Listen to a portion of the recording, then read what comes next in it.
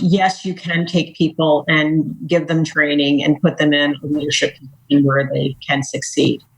I do, however, believe that there are two primary requirements for that being the case and having it be successful. One, there has to be desire. And I can't teach you desire. You come wired with that. You have a desire to grow and a desire to develop and a desire to be successful. The other piece that I think is critical is you have a desire to serve. So without that desire and without that service mindset, it's really hard to turn somebody who's not a great leader into a great leader. No! Don't be sitting down, king without a crown. No time for hesitation, if I slip I won't rebound. Looking life and notice I control my own fate. Disappointment stumbles in, how much can my soul take? But I'm doing this. Well, I am thrilled to have a chance to talk to you again. I think it's been 4 or 5 years, probably. It's a while, yeah. So, it's been a while. Yeah, it's always project to project, so I apologize in advance for not having just checked in with you for no reason, but it's wonderful to have you here, and I really appreciate this opportunity because I'm super stoked to hear what you have to say and share. And so your background is extraordinary, but it also takes some fairly significant leaps. And what I'd like to do is see if we can go back a little bit and share with the audience a little bit about what brought you to the place that you are now. And then we can get into the current consulting and the types of things that you do. But I think I'd like to learn a little bit more about you and your experiences in coming up, because I think the story in of itself needs a little better explanation. Can you tell me about where you grew up and some of those experiences you had?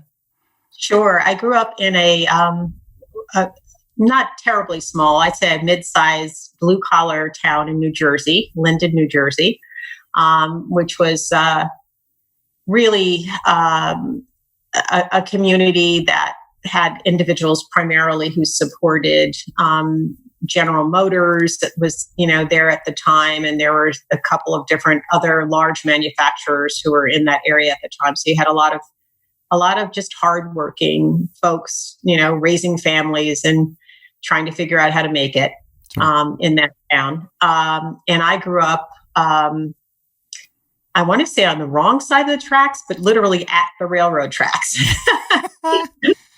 They were at the end of my street. And, now we pay money for, the Calm app, to relax us at night and play the sounds of railroad, That's something you're quite used to. Like you can go to sleep on the railroad tracks any day.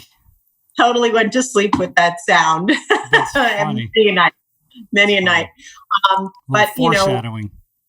Yeah, absolutely. It's funny. But, we were, I didn't know that we weren't well off.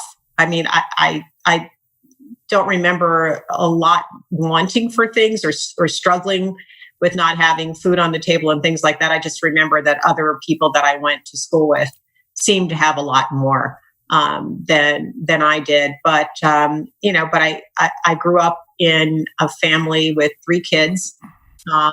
My mom was a single parent for most of my life because my father died when I was 7 years old. And I had a sister with cerebral palsy. So I learned early what it was like to be responsible for someone who could do less, and how to ways in which I had to be responsible for supporting her. So it was an interesting upbringing, and it's probably my experiences with her struggling with her condition that probably is what led me into the healing arts as a focus when I first decided to what I was going to be studying when I went to university. Interesting. As you certainly had a natural ability for it at that point, you'd been experienced, right, at the house. Yeah, absolutely. I mean, you really come to understand the capacity that people have to do or not do things. And you also understand, or I learned then early on, that I can't will somebody into being capable. Even though I wanted her to be able to do things, I couldn't will her into being able to do things. And I remember working with her once I had some flashcards. And I thought, I'm going to teach her how to read. I know she can do it. I'm going to teach her how to read. So these were simple, 2-letter, 3-letter words that I was showing her. And every once in a while, she would get one of them. And I was like, yeah, that's great, Debbie. Keep going. This is terrific. And then I would hold up more. And she couldn't get them. Right. Yeah. And, I remember her saying to me, she used to call me Lena. She left the A off. She used to call me Lena.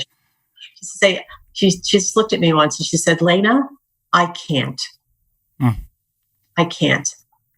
And that helped me, I think, understand that it wasn't necessarily my responsibility to will her into doing something that she was not comfortable with or capable of doing. And it helped me also to accept her limitations and to meet her where she was. And that experience, I think, has served me throughout my life. Absolutely. And see where you're mentoring her in ways that you know that she can excel and conceding where you know that it would be detrimental at that point. Exactly. That's a fantastic example. So when you say it inspired you in terms of what to do when you went to school, is this when you went to Michigan? No, this was actually when I was in university. Before I was doing any work in the Change Leadership program at Michigan, I actually had done an undergraduate degree in medical technology. Okay. With the intent that it would provide a platform for me to go to medical school, because it was essentially the same curriculum that a pre-med major would take, except you had to do it in 3 years instead of 4, because your 4th year was spent working in a hospital laboratory. Okay. And so what was your mindset when you went into that in terms of, okay, so you want to get that and into medical school? Did you have a long-term goal? My goal was to go to medical school and to become a practicing physician. I wasn't certain about the particular field that I wanted to practice in. I was interested in hematology. I was interested in pathology, obviously having come from a med tech background. And I was also interested in epidemiology, which would have been really an interesting profession to be in these days with what's going on with the COVID pandemic. But I did go to med school at Tufts University in Boston and completed my first year, during which my sister and then 4 months later, my mother died. Oh, so, gosh. It was a challenging experience. So that's what sort of began the big detours for me. Okay. In my life. And you completed a certain amount, right? Because you ended up going into research science as a scientist, correct? So how did that work? Obviously, you transitioned from the idea of med school, but that doesn't necessarily mean it's a negative concession because there was some kind of occurrence that triggered that. So how did that work out? It was interesting. When my mother passed away, she owned a garment manufacturing business. She made men's coats and jackets. She had a factory and employed nearly 50 people. An entrepreneur. Most of whom were Portuguese speaking. So quite interesting. It really pulled on my high school Spanish, right? How much of that high school Spanish and their Portuguese could we, figure out how to have coincide. So I ended up taking over this business when she died because I felt like it was an important honoring of her legacy to do that. She had all of these folks once she died wondering where they were going to have their next paycheck was going to come from. The factory was essentially, by all intents and purposes, out of business at that point. Right. So I took it over and I cajoled people that had given my mother contracts for manufacturing coats to give me a chance to do it. I knew nothing about this business, zero, because my mom wouldn't even let me work there in the summertime. She told me that it was no place for a lady. So I could never, guarantee that I had a summer job. I always had to go find one because I knew I wasn't. Well, that was probably good too in the long run, but it was a challenge. And so I learned a lot about business, and it taught me that I was interested in something and good at something other than science, which was a profound learning experience for me. I also learned the impact of mistakes because I would see them hit the bottom line at the end of every week. So you made them as few of them as possible, and only once if you could avoid doing it more. But it gave me an interest in business that I don't think have had the exposure to have developed up to that point in my life. So when she said there was no place for a lady, is the implication that it was mostly men working there as well, or is this laborious? Very tough business with very narrow margins. At the time that I was running the business, the shipping company that used to come and pick up my coats to take them back to the individuals who had contracted me to manufacture them was kind of mob run. Okay. So it was a little bit of, living on the fringes of Tony Soprano's world a little bit, that's a lot more prominent in that part of the world and every part of the world, more so than people will acknowledge most of the time. But yeah, I totally understand that. Yes, absolutely. And so I, being young and fearless, would get into battles to get them to do what I needed them to do so the business would survive. So it was quite interesting. Somehow I managed to get out unscathed and without my tires slashed. Yeah, your tires, that's the least of the slashing you got to be worried about. Exactly. So I made the transition into research after that, believe it or not, because I wanted to get back to the medical field, and I got an opportunity to interview with Merck Pharmaceutical Company for a new department or a new field of research that they were doing within their Department of Immunology. And I got hired to work there as a research scientist under a PhD, experienced PhD that was coming in to lead up that particular field of study. And kind of didn't look back after that. I worked in basic research on compounds that modulate immune responses in diseases like lupus and rheumatoid arthritis. Mm-hmm. Then I moved into clinical research, overseeing the international clinical trials on an anti-ulcer medication, which is now Pepcid, over the counter now. Excuse me, I've got a little bit of allergy I'm struggling with, so I'm gonna have to sip water every once in a while. I'm glad to know it's allergies. Yeah, nothing more serious than that. And then I made a crazy jump into human resources from clinical research. Okay, so I'll back you up into that transition again, if you don't mind. But I want you to explain, and maybe just in order to kind of set the table for some of the other things that we may transition into, and maybe not. Did you find any barriers, being an African-American woman, getting into the research science field? I mean, obviously you were successful even stepping right into a role, which is excellent. Were there any barriers, or was it an experience that you conceded, much like you did when you were brought up and didn't quite recognize what you did not have? How did that, or was it anything that you experienced to that point? Oh, sure. I mean, as far as being an African-American woman or male, there were very few role models for me in that field.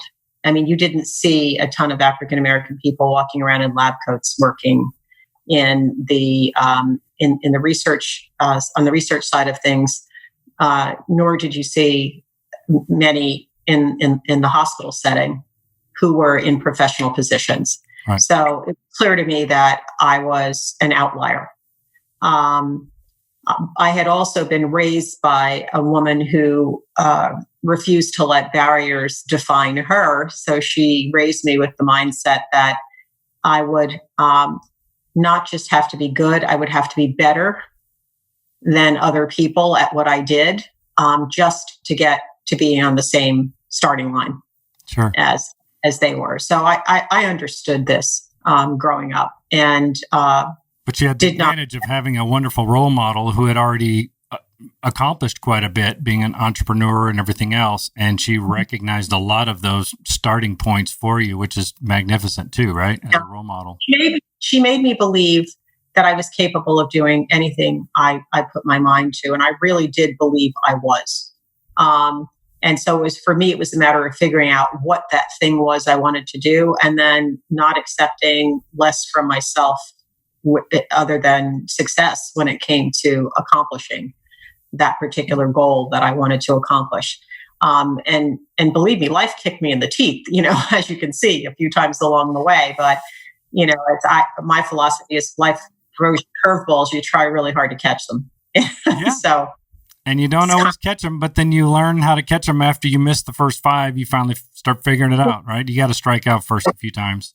And then I think it becomes particularly important if you've been successful in catching them and successful in figuring out how to navigate that landscape, that you look behind you and reach for the next person and help them come step forward and understand the path you've journeyed and maybe pave the way so that it's a little bit easier for them. Because certainly people did it, in generations before, not me. So, there's a lot to be appreciated about that. I have a son who is very intellectually capable, and he was the opposite of my sister in that the challenge with him was, how do you keep him interested? And how do you stay far enough ahead of them so that, you've got interesting things for him to learn and be challenged by as he's growing up. And he ended up getting into Yale. Wow. And he graduated from Yale with his bachelor's and master's, which he accomplished in 4 years, both degrees. Congratulations. That's amazing. I don't deserve the congratulations. He does. But I say this because the point I'm trying to make is my son is the great-great-grandchild of a slave. Yeah. And so there were people before us in our family who paved the way to make it possible for me to be able to raise a child and send him to one of the most, outstanding universities in the world, for him to get an education that he has now and no one can take away from him. Right. And it's prestigious. So, that's going to get him indoors for sure. I'm sure it already has. And he can back it up with his capabilities, which is even better. Of course. So, as I look at him going forward, his responsibility is, what can I do for the next person, the next generation, and it is a responsibility that he gladly embraces. So, at risk of digressing terribly, it just seems a poignant time to ask what you might suggest, because certain people will listen to this. You want to inspire people at every level. There are certain people that are starting at the same line that you started at and feel like, hey, this is unfair, but I still recognize where my starting line has to be, but we need to work on moving that starting line to an equal point. And there are other people who still have no parental mentors at all, and they're either being raised with, 6 other people with their grandparents, or they're in gangs or whatever. Is there any kind of idea that you have that you feel like you can pull people into a point where they have a little bit of an epiphany and recognize where they're capable and how they're capable? Are there any programs or anything you've been familiar with that you would recommend?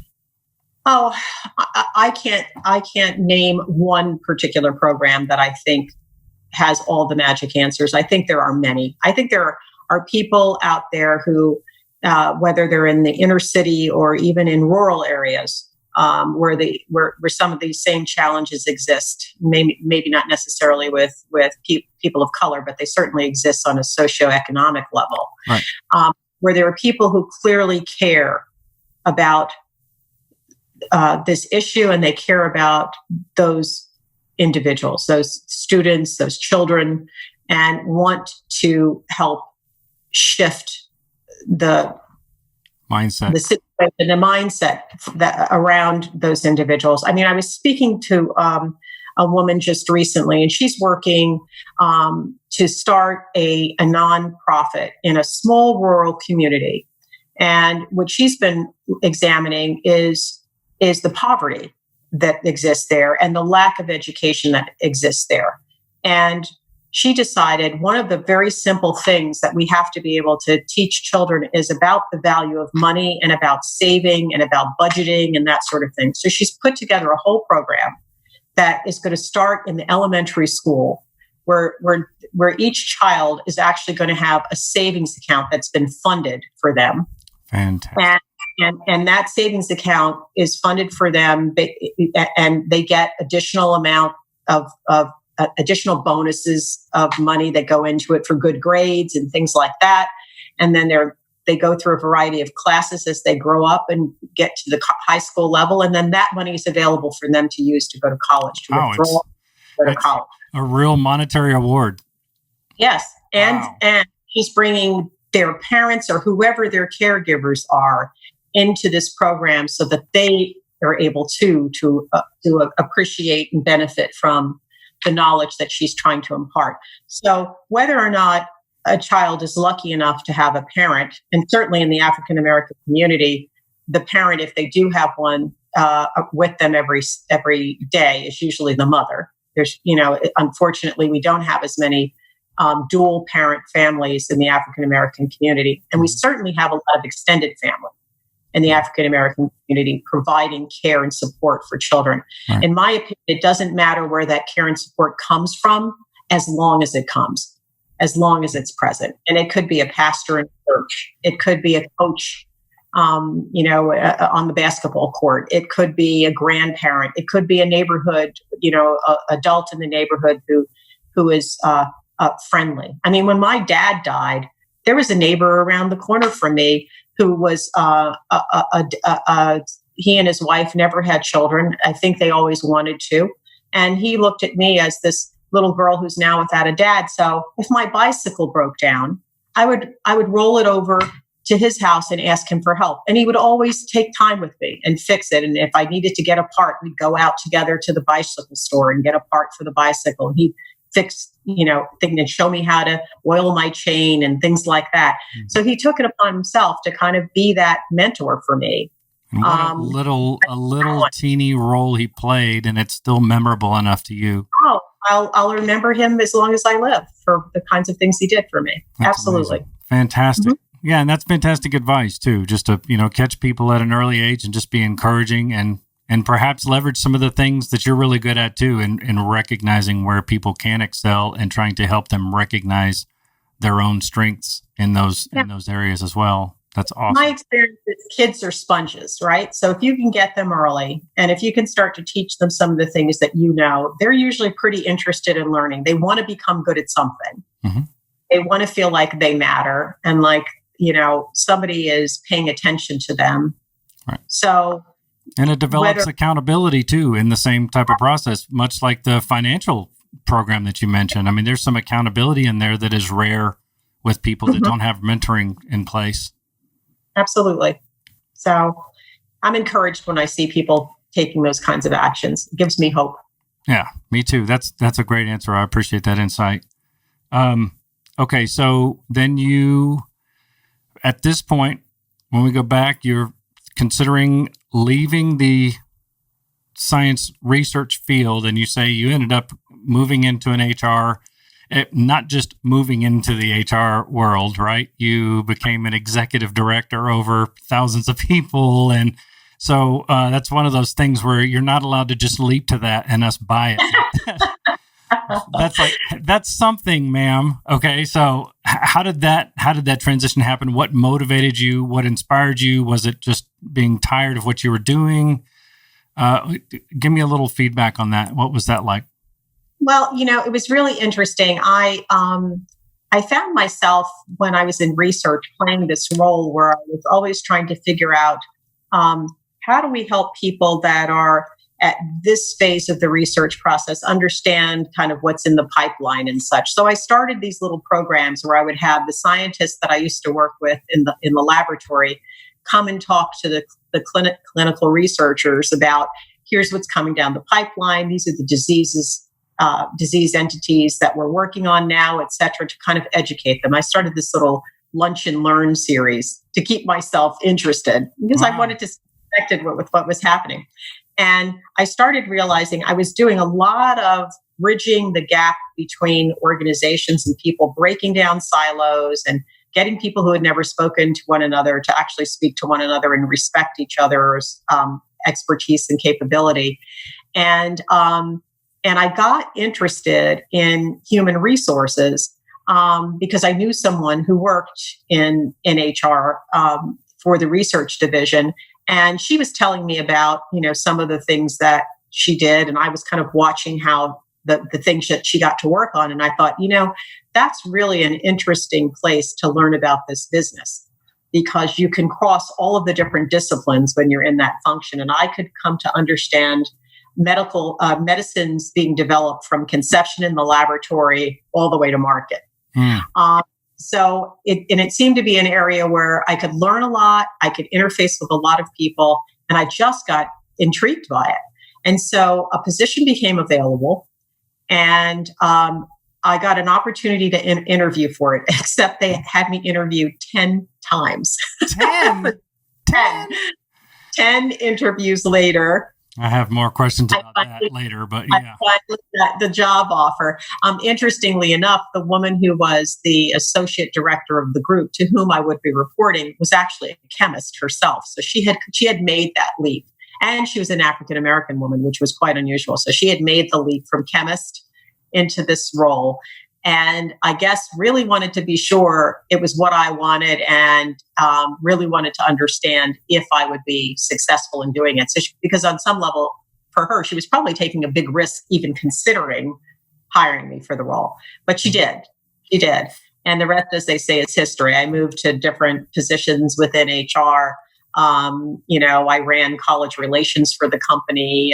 I did all kinds of different roles and eventually became the executive director of HR worldwide, and primarily for the sales and marketing division of the company. Fantastic. So, okay, hold on 1 second. Sure.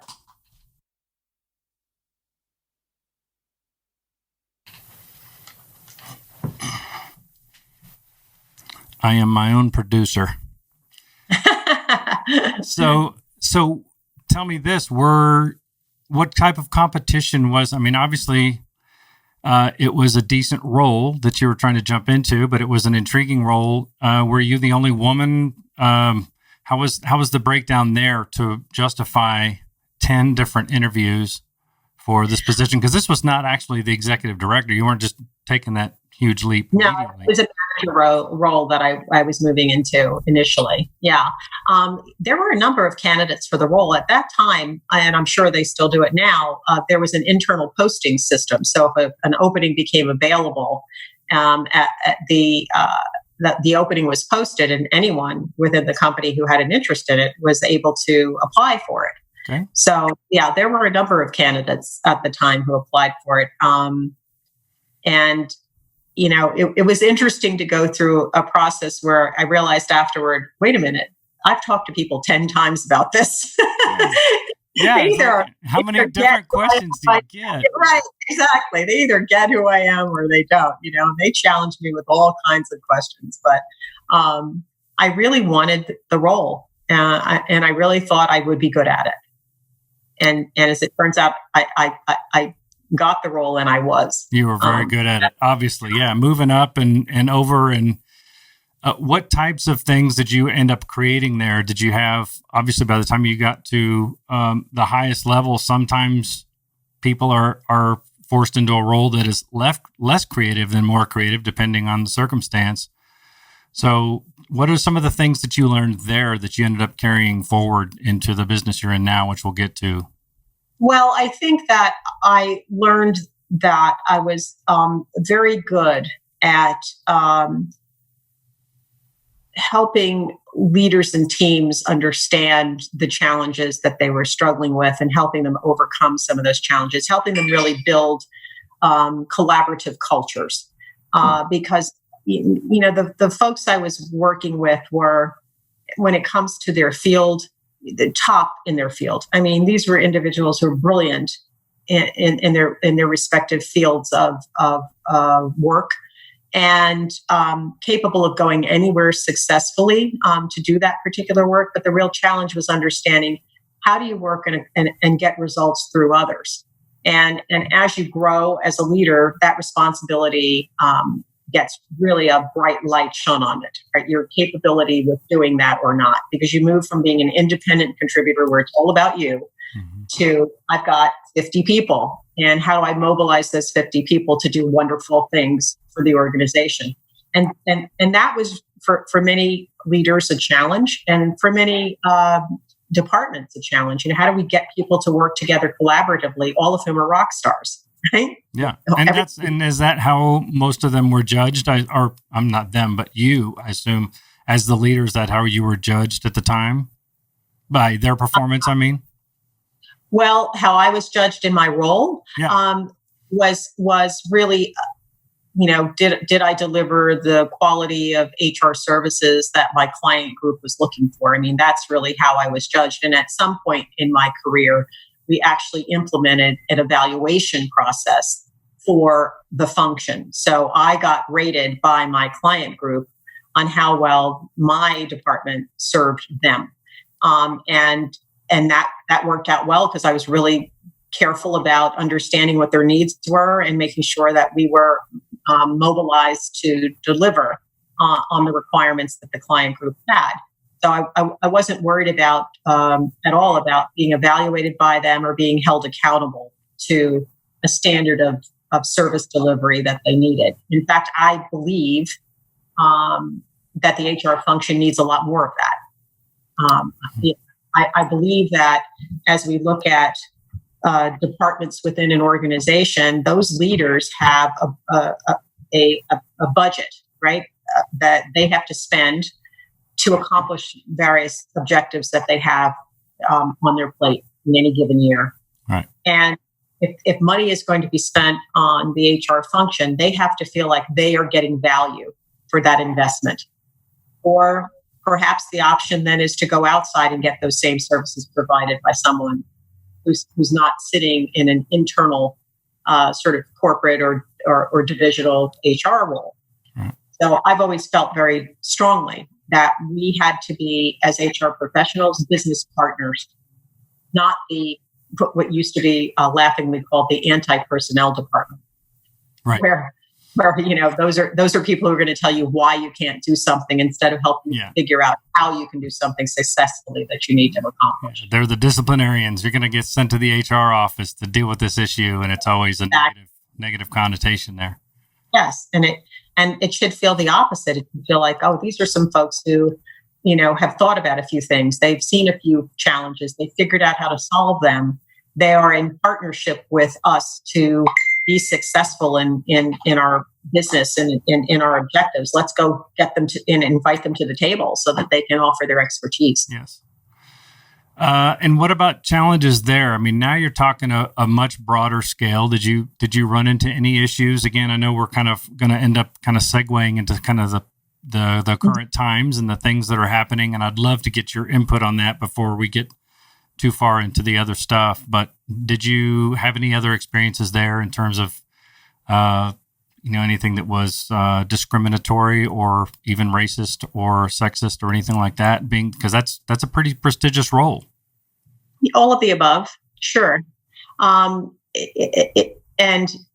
not because I was in an organization that didn't care about those things. I certainly think of all of the organizations that I've worked with in my career, Merck had the largest collection of really brilliant, capable people assembled into one place that I've ever worked with, and it was a pleasure to be able to interface with the talent that I had the opportunity to work with there. But I was the only woman who had ever reached that level in my functional area of responsibility at that time, and I was the only person of color ever to reach the level that I was there. So it was, it was treading a path that no one had sort of cleared for me prior, and it was challenging because if I was assertive about something, believed strongly in something, spoke out about it, then I was, in perhaps the eyes of my male colleagues, a little bit stepping out of the line, out of line. Right.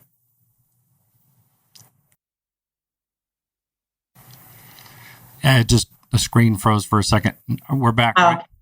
Yes, we're back. I can hear you fine now. Okay. Yeah. So, and I was responding to your assertiveness comment because I see a lot of that too. My wife and I both own a business. She is the primary as a CEO, and she's made it obvious to me, which is why I like asking other people, because I've found that a lot of the issues that occurred right in front of my face I didn't recognize just because of the ways that things have always been, and the things that are said and the way people are treated.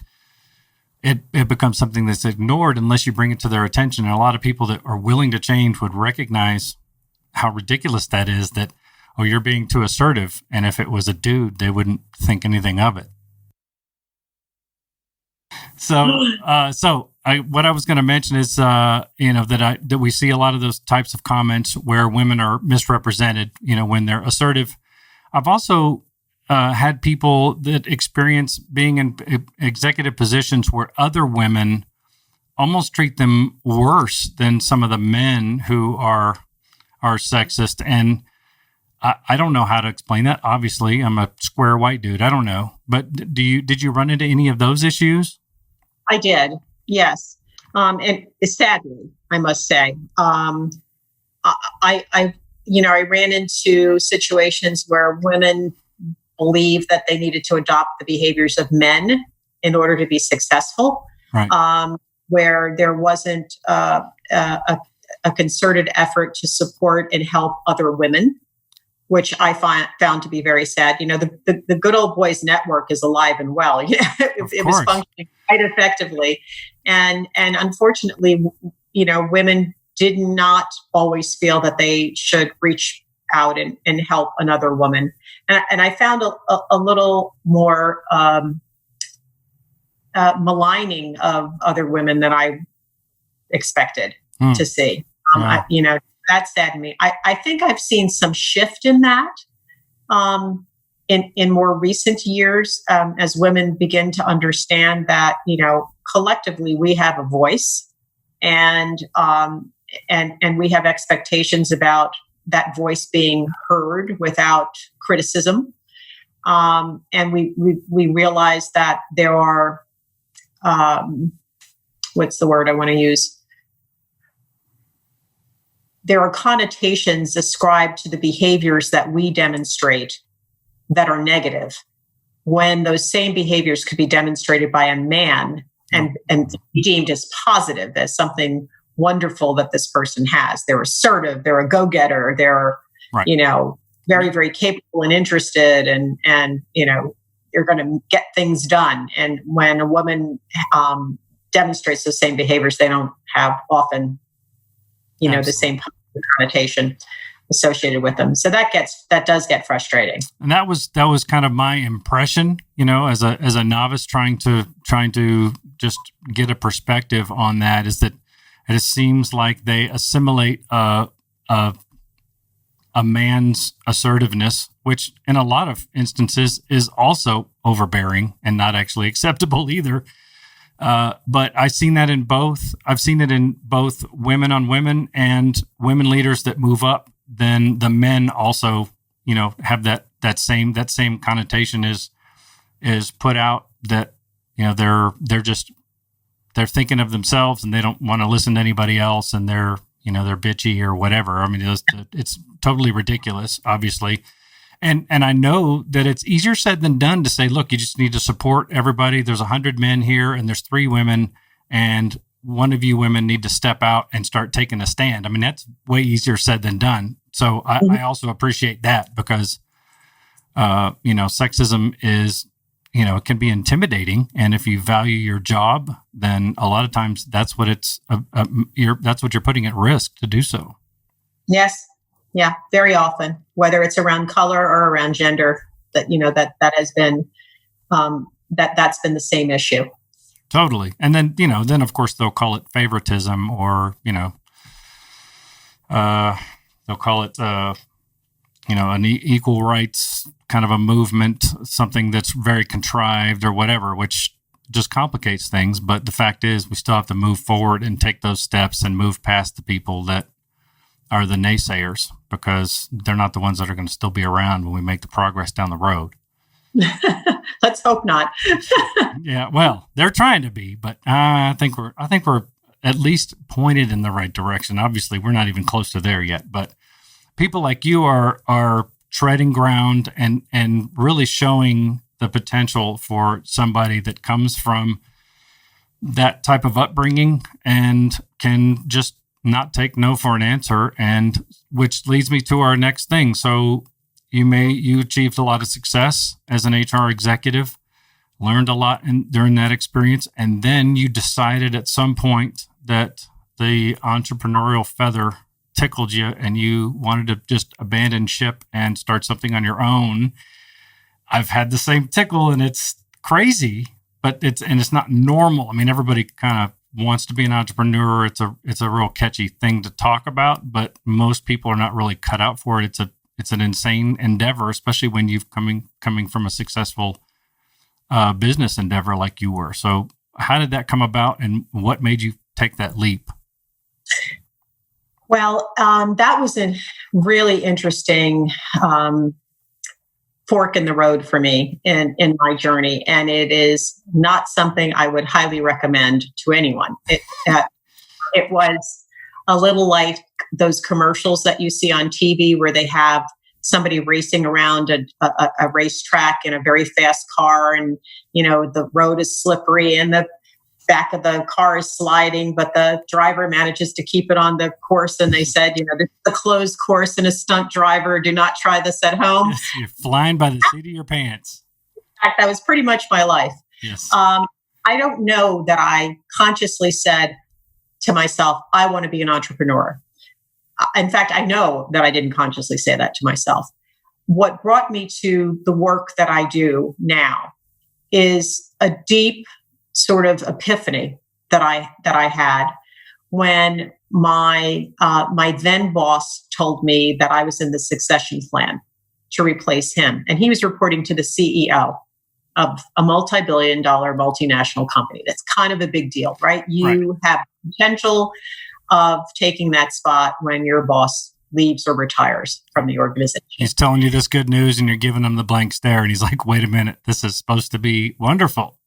Apparently, I said all the right things. I learned subsequent to that conversation. During that conversation, I said all the right things, but I remember it being a complete out-of-body experience as I was listening to it. And I remember going back to my office after my conversation with him and feeling extremely uneasy because I was surprised at myself. Like, why? You should be jumping up and down and thrilled that this is what you've just been told, because after all, you've spent the last 12 years working to get yourself to this level. And now, the brass ring is within your grasp. But I remember feeling like I had been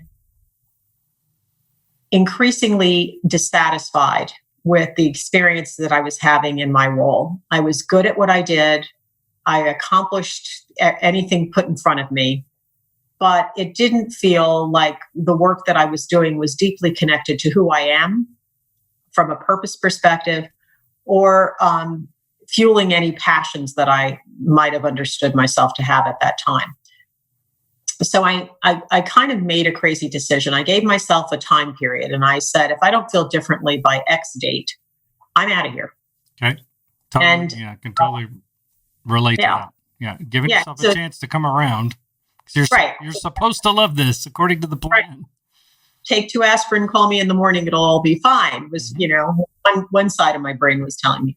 And interestingly enough, if I had been thinking about, I want to become an entrepreneur, I might been a little bit smarter about the whole darn thing. And I might have actually planned for, what am I going to do when I leave? But did I do that? Absolutely not. I put my head down. I gave 400% of myself to my job, and I came sliding into home plate when that stake in the ground existed. And I thought, oh gosh, I don't feel differently, and I think I'm out of here. So I left.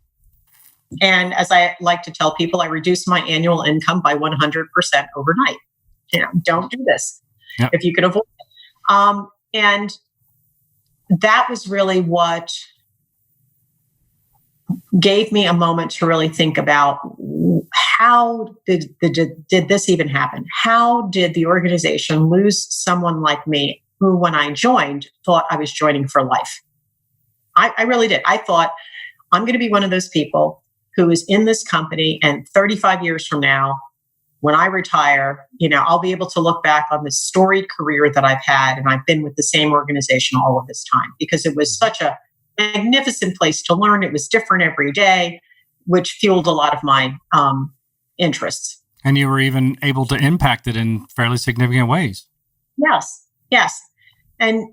But I just was, it's sort of like being shell shocked. It's like you wake up from something you thought was a dream, and then you realize, oh, well, this is real. I actually did leave my job, and I actually do feel this way that I'm feeling.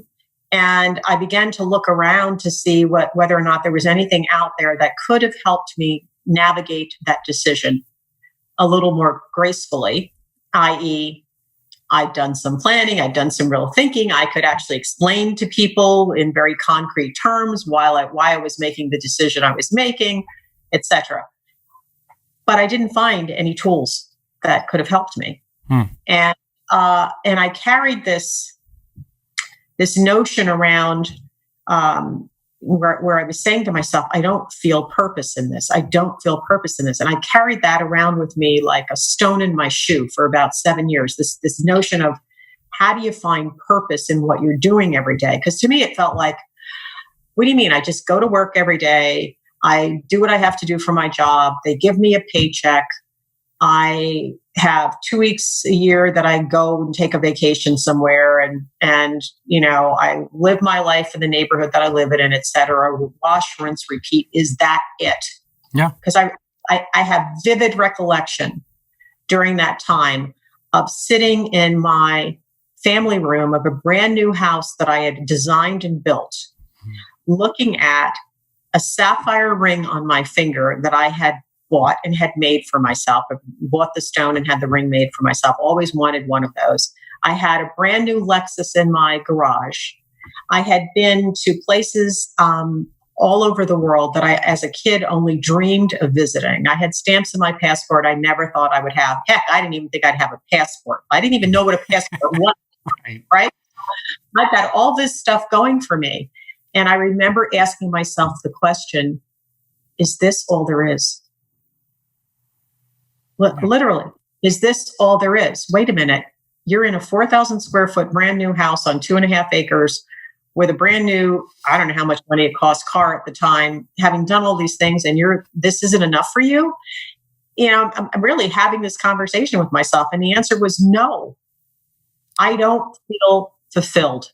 I think it's more common for people to recognize that they're not fulfilling their passion more so than it is to recognize what is their passion, right?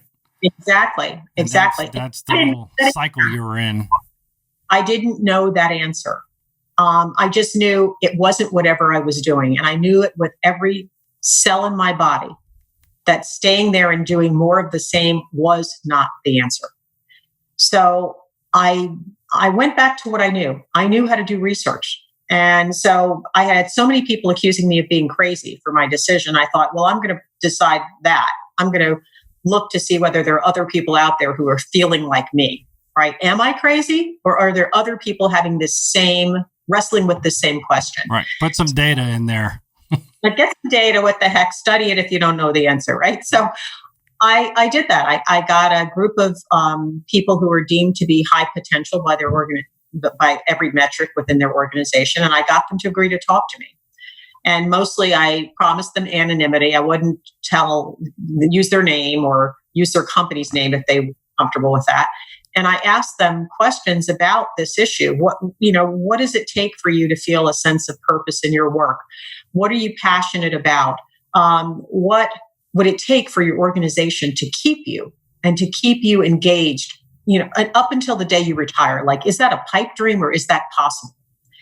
And it was like the most cathartic set of conversations I've ever had with folks. I mean, it was like they got a chance to really talk about the stuff they really wanted to talk about because it was behind closed doors, so to speak, and they could really share what was going on for them. And as I did this work, I began to notice these patterns of passion showing up over and over again as I worked and spoke with people who were in roles that they were skilled to do, in roles where they had an outlet for their passions, and inside cultural settings where their values were honored.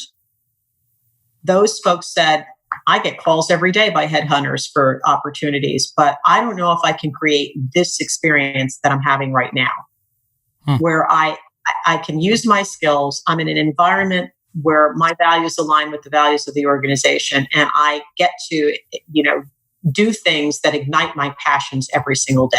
People who felt that way were amazing and very, very difficult to recruit away from their organizations. And that's when I began to realize I'm onto something, because these patterns of what I call patterns of passion that I'd been observing in these folks were patterns of passion that I had seen throughout my career with all the leaders that I worked with, except I didn't recognize what I was looking at.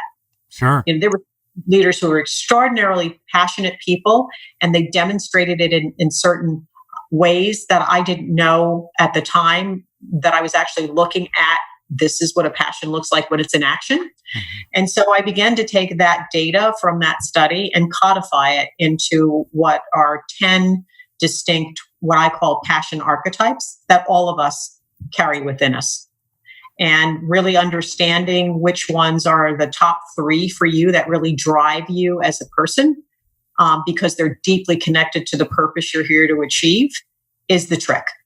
And once you have that information, once you're armed with that understanding about yourself, you've got the most profound GPS in the palm of your hand that you could ever have for your, and it applies. It's something you can use throughout your entire life. And hence the book. I mean, you wrote the purpose-linked organization. You kind of set all those out and explain each of the concepts, which I really appreciate. I have a question that comes from some personal experience though as well, and I did the same type of thing where I'm jumping from career to career to career, entrepreneur endeavor here and there, and some of the stuff is planned, but a lot of the stuff's still seat of your pants. Even with a plan, it never goes right anyway. But once you start to assimilate into a role where you're in a leadership role and you feel like you're developing as a leader, it's kind of a 2-pronged question. And let's say you knock out your 3 archetypes that most match where your passions are. You know where your pluses and minuses are, and obviously you want to work on areas where you have minuses. Over the course of time, you develop your business in different ways. You have other leaders that come into play that take things off of your plate, and you empower them to do the things that you would do, except they're doing it differently, and you allow that to happen. How often do you recommend somebody reevaluate what those archetypes are for each person? Because it seems like over the course of 5 or 6 years, sometimes even less than that, my passions take pretty large swings. Well, I think from what we've been able to determine in our research around this tool and the thousands of people that have gone through the instrument, people tend to retain their passions throughout their lifetime. Where they sit in order in what we call their passion archetype cluster can change.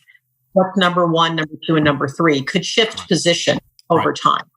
Right. What very often happens is some opportunity comes along, and maybe you've been chugging along using passion number 1 pretty comfortably for the last couple of years, and something comes along and passion number 3 goes, wow, playground for me. Get out of the way, passion number 1. I'm moving to the front of the line, right? Mm-hmm. That can definitely happen for an individual, but that sort of cluster itself, those top 3, even maybe top 4, tend to remain the same upon retesting you, but they might sit in different positions. Interesting. What does change significantly, and you would only know this if you took the professional version of the tool, is how you're utilizing your passions in the work setting. Because that's what's most impacted by what's happening in your role at any given moment, and whether or not you are demonstrating behaviors that are associated with the actual passions that you have, or demonstrating behaviors that are associated with passions that you don't have, is important to understand. Excellent. Because that helps you navigate that feeling of, I should be happier about what's happening here with this job than I am, but I'm kind of not. Something's not quite right. A lot of times we see that there's a mismatch between the behaviors that you're exhibiting in the work setting and who you really are. So you're every day going in and doing things that are outside the zone of your passions. Okay. And we all do that for a while, but over time, if we do it for too long, it starts to wear us down. It starts to erode our sense of well-being. Of course. Yeah, I mean, which is why you pay attention to it in the first place. So that answers my first part of the question. The second part is that I have a non-data backed opinion about leadership, and have also had my own experiences in failing to either lead certain people or failing to promote the right people and putting them in the right seat. There's different ways. Again, I'll admit that right off the bat. I've also done very well at some other ones, but I have this belief that certain leaders can be made, but they have to have a natural ability to start with. I find it common that a lot of people come into a workplace and they want to start climbing the ladder. For instance, the corporate ladder or the whatever. Hey, I'm starting in this job. I'm going to start on the ground, but my goal is to move up and up and up and up. And then I want to be in leadership and this and that. And in short order, you start recognizing that some of those people just really don't have the capacity to be in a leadership position. And I hate making that judgment without at least some effort, but do you have that same feeling, and do you feel like there's some kind of way to train up people from a level where somebody might judge them as a non-leadership material and put them in a leadership position where they actually succeed? I'll answer the last part of your question first. Yes, you can take people and give them training and put them in a leadership position where they can succeed. I do, however, believe that there are two primary requirements for that being the case and having it be successful. One, there has to be desire.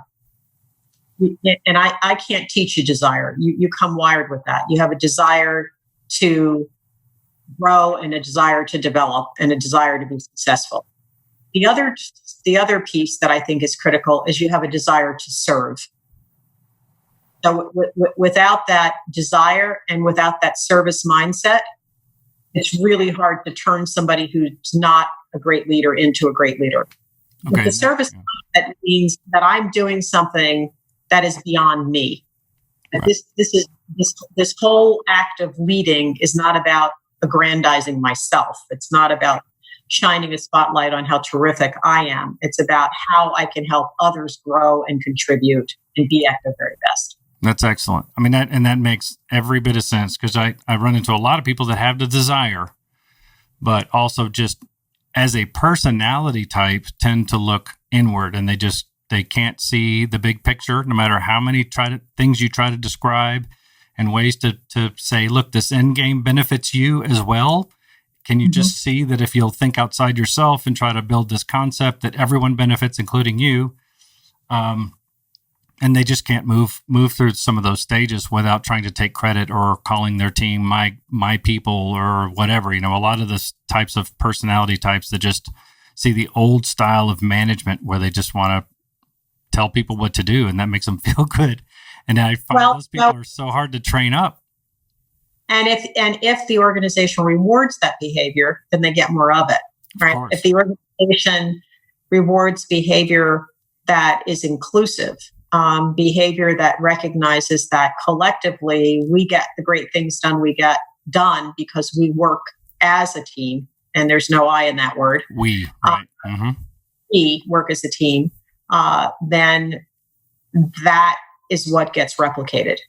Yeah. And I just think that's a personality trait, though. I just see people outside of business that just are suited for that type of attitude and are servant-minded in general and care about certain issues and are willing to sacrifice without credit and things like that. I think that's something that after a certain age is difficult, if not impossible, to teach and re-ingrain into somebody that's grown up otherwise. I would be inclined to agree with you. I think it's a harder pull to shift that at a certain stage. I think many people, when they're very young in their careers, might be a little more prone to be thinking of themselves and be a little more ego-driven because they feel that they have something to prove to the organization. But as I tell many people who find themselves moving from what I'd call managerial roles into leadership roles, it's important for them to understand it really isn't about you anymore. This is not about proving that you're a great individual contributor. It is really about wanting to help other people be at their best and giving them a reason to want to follow you because you're leading them somewhere good and they're growing as a result of it. And they're able to contribute beyond what even they thought that was possible for them. Fantastic. Well, I always appreciate that kind of insight. And I would encourage anyone listening to check out that book. And you have another book coming out too, right? I have been toiling away at this second book that I'm working on. Nationality, and you're putting me on the spot, but you're right. Now that we're in the mode that we're in on, semi-lockdown a little bit. I won't call it lockdown because it sounds like I've been put in prison and I don't feel like practically now, is though. Right? But now that we're working a little bit differently, it's giving me some time to take a pause because I'm not running in and out of airports and traveling as much to do the work that I do.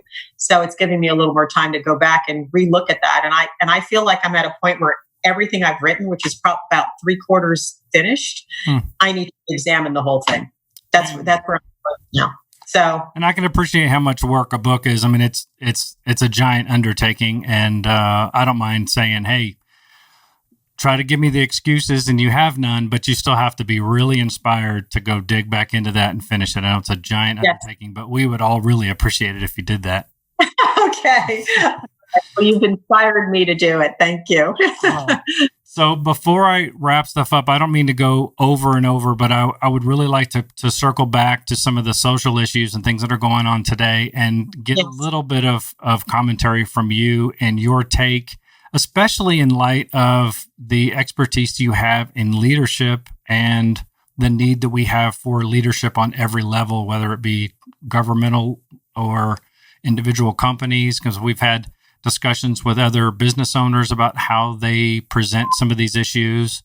And we've seen how the government is toiling over how they're supposed to deal with these issues. My main focus, even in this podcast, has been to depoliticize a lot of these issues because I think good ideas are good ideas are good ideas. And we have tended to politicize so many of these ideas that we create an opposition naturally by bringing it up with a certain slant. So, is there something that you feel like leaders can do today to facilitate more education or any other? I mean, if it's not even education, might be one of the facets that's great, but maybe not where you feel like we need to start focusing. Where do you think we need to focus in order to take further steps socially? Well, before I answer that question, let me preface it by saying I think we're at a point in time where some of the most recalcitrant, challenging aspects of leadership that have ever been on our plate, we are being served up a heaping load of, with the gravy rolling off the side. When COVID struck, I thought, well, that's it. I mean, boy, this is a really different way of trying to figure out how to lead successfully, and how to reconstruct cultures, because, cultures, when you're inside an organization and everybody's coming to the same space to do their work, are easier to maintain than when everybody's dispersed, working from remote locations and still trying to accomplish things successfully as a team. So when I thought about that, I thought, okay, that's probably the biggest challenge most leaders will ever face in their career. And then George Floyd was killed in the middle of all of this. And it's not that those issues weren't issues before of concern, that we didn't have issues of social injustice and racism and social inequity as concerns before. But when you added that to what was happening with the global pandemic and all of the exacerbation of the social inequalities that became obvious as a result of that, different groups being affected by the virus in different ways and having different access to healthcare, et cetera. Then you layer on top of that what we know has been going on in the Black community for a very long time, except that it's played out for us on a cell phone camera. Right. And we watch this thing happen to another human being. I don't care what color your skin is. When you watch that happening to another human being, it's very hard not to be moved by it, not to be angered by it, not to be crushed by it. So we then, I think, with these two issues, have the perfect storm when it comes to the largest challenge that leaders have to face. So what do you do about that? You're somebody who maybe doesn't have the same skin color as George Floyd, and you're leading a group of people, and in that group, some people do have the same skin color as George Floyd. Right. You know that you need to do something. Many leaders that I came into contact with after that happened were scratching their heads about what do I do, and looking desperately for their corporate diversity and inclusion people to have a magic elixir, or hoping that the CEO put a statement out that was going to make it all better. And many did. Many put out these very lovely statements about their commitment to equality and we don't tolerate racism here, et cetera, et cetera. Mm-hmm. But what was most needed, I still think is needed, was a deep capacity for listening. This is not the time to say, oh, I've got it all figured out. Here's the solution. Just do these things the way I tell you to do them. When you don't even understand the experience that a portion of your workforce has, mm-hmm. and what the hurdles they have to overcome just to come to work every day, whether they're coming to work from their own home or they're actually reporting to a building. There are hurdles, there are challenges, there are realities that people are experiencing that are completely outside of your radar scope because your skin's not Black. So you're never going to know that experience. You're never going to experience that experience. And so the capacity for listening, I think, is one of the most critical capabilities that leaders need right now. And coupled with that, the courage to actually ask the question, the courage to listen to what people's experiences are across your entire workforce. I mean, I was involved a couple of weeks after George Floyd's death in conducting a dialogue session with with a team. The leader of the team, a woman, came to me and asked me about doing something for her team because she recognized that this expanded team that she had was struggling with this issue. They had been struggling with COVID. We were trying to figure that one out, right? And now this happened, so they're struggling with that. And many of them were very emotional about their concerns that their organization had really not taken any particular stand on the issue, right, the way it had taken a stand on COVID. Right. So we conducted a dialogue session for, 60 people. And so we did it across Zoom, and there's 60 little tiles with faces, across the screen. And I'm trying to figure out, can I actually do this through electronic media? I'm used to being in a room full of people and reading their energy and being able to tell just exactly what I need to do at any given moment. Can I do it with this group of people in this way? Yeah. And so we set it up with some ground rules. And I seeded the conversation with 2 questions asked at different times during the event. But what was most heartening was that when you meet people where they are, when you deeply listen to the challenges that they're facing or the questions that they have, the concerns that they have, because that experience hasn't been their experience. So how do I respond to somebody who has had that experience? How do I be a good work colleague? It changes everything. It changes everything. And when I tell you that there were African American people talking about their concerns about, will my son come home safely? And I've taught him to put all of his driving papers in the visor of the car and not in the glove box, so he can never has to reach over to that.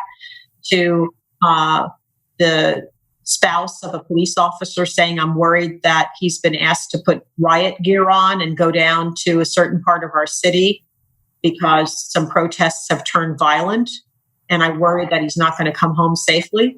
So you have people everywhere across the spectrum, realizing at the end of the day, we are all worried about keeping the people we love safe.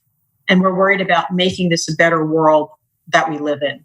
Yeah. And, one person who said, I'm the mother of 2 young children. I don't want my children growing up in a world where something like this could happen to you. This is not acceptable. This is not who we are.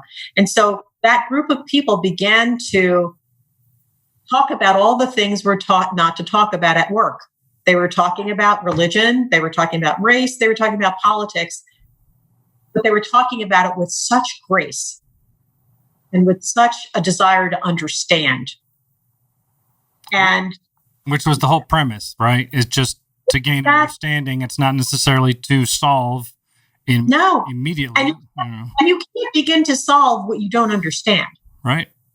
So if you're a leader, your first job is to listen, is to set up a situation where that listening can be facilitated well. And it shouldn't be done by you trying to both facilitate and be part of it. It's too hard. And it should be a situation where you realized when you do that first session of really allowing dialogue to happen, you're not finished just because it feels better after that session's over. And it feels like you got some stuff on the table. You are just at the starting gate. But at that point, you've got a to-do list at that point, right? Because you just created all these ideas and people's needs and people's desires to learn more. And then you start knocking out your list and delegating, et cetera, right? A huge to-do list. And then but you also have, hopefully, an inspired group of people who want to be part of helping create the solution. Cool.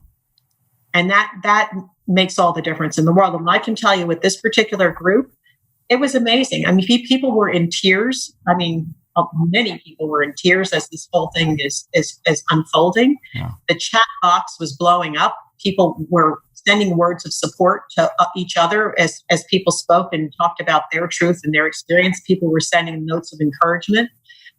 Other people were saying to their African American colleagues, oh my gosh, I didn't realize you went through this. And I vow to be more supportive of you because I did not even realize that this was something you were experiencing. And I'm so sorry. And I will be a better friend and colleague. So it changed everything. It just shifted everything. That then becomes your platform for actually taking real, decisive, thoughtful action. And you can't do that until you get to some level of understanding. Absolutely. So, yeah, I love that. I'm answering the question, but the big word is listen. I love that. And it is interesting, too, because you are crossing some kind of lines that have been naturally drawn. And we certainly, in the security industry and different things, too, where you're guarding clients that have different political affiliations or religious affiliations. And so it's always been an absolute no-no to go in that direction. But under ground rules and amongst one another, I think it's a little more permissible, certainly since you have to work together to understand each other a little bit more. I love that idea. And I love that it worked at such a grand scale. Yeah, I do too. I can tell you it's hard work to do it, but it's gratifying when it happens. I had to go out for a walk after that session was over. I was like, I think I'm going to take an hour off now. Oh, I bet you did. Oh my gosh. But that's great. And that's kind of what we're trying to do. One of my plights is to try to find more people who are on opposite sides, but closer to the middle than what is portrayed in the media, because it's sensationalized. Of course, it sells everything else. I'm not even, dogpiling the media because it's what people want to watch. But there are way more of us who disagree in principle, but are more than happy to listen to one another. And that's where we're really going to make significant progress. And I think that's a lot of why I value so much your time and your opinions and your expertise that you bring to the table here and perspectives that really, I've learned a ton from you, and I could do a 2-hour, 3-hour podcast, but I won't do that to you. You're going to start charging me by the hour. But no, this is an important topic, and I'm so grateful to have the opportunity to have this conversation with you. And I think we need more of these kinds of conversations happening all over the world. Oh, me too. And I may call you back too, and just launch a question here or there as we come to it. And who knows, maybe I'll have you mediate one of those meetings too one of these days. We're about that big too. We've got about 60 or so, and we're doing our best. But it's been very enlightening, and I so appreciate your time. It means very much to me. Thank you so much for being here. My pleasure. My pleasure. You take good care and continue to do this great work. Many a fool can a kingdom rule as long as they don't look back. Now. It's clean and cool what you learned in school. It's artwork over fact. Freedom, gotta get free now. Welcome to the some who don't be sitting down. Yep. Happily, do this for those before and after me. Trying to pass the baton forward like athletes. Took mine and ran with it, now I'm thinking about the next generation. Give them a platform for progress. Butterfly effect, coming live and direct. Ain't no telling how our decisions will manifest. I ain't crying for help, I can do this on my own. Set my bread, build my wealth.